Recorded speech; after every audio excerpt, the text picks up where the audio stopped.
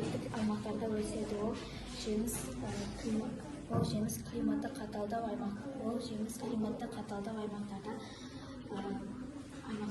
өсіруге болғандықтан үй ішінде де өсіруге болады. Отырғызайын деп жатқаным лимон. Лимон руталар тұқымдасына жататын мәңгі жасыл ағаш. Шыққан жері Үндістан қаласы.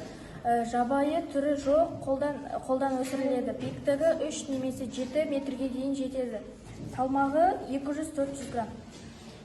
Менің егіп жатқан жемісім ол мандарин. Мандаринде С дәрумені бар. Бұл адамның ағзасына өте пайдалы. Менің егейін деп жатқан жемісім бұл алма. Бұл алманың құрамында темір өте көп. Темір біздің адамның сүйегіне өте пайдалы. Ол адамның әлсіз сүйектерін мықты және берік қылады.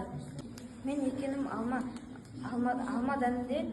Алмада көптеген темір бар, кальций бар. Ол адамға өте пайдалы. Темір адамның сүйектерін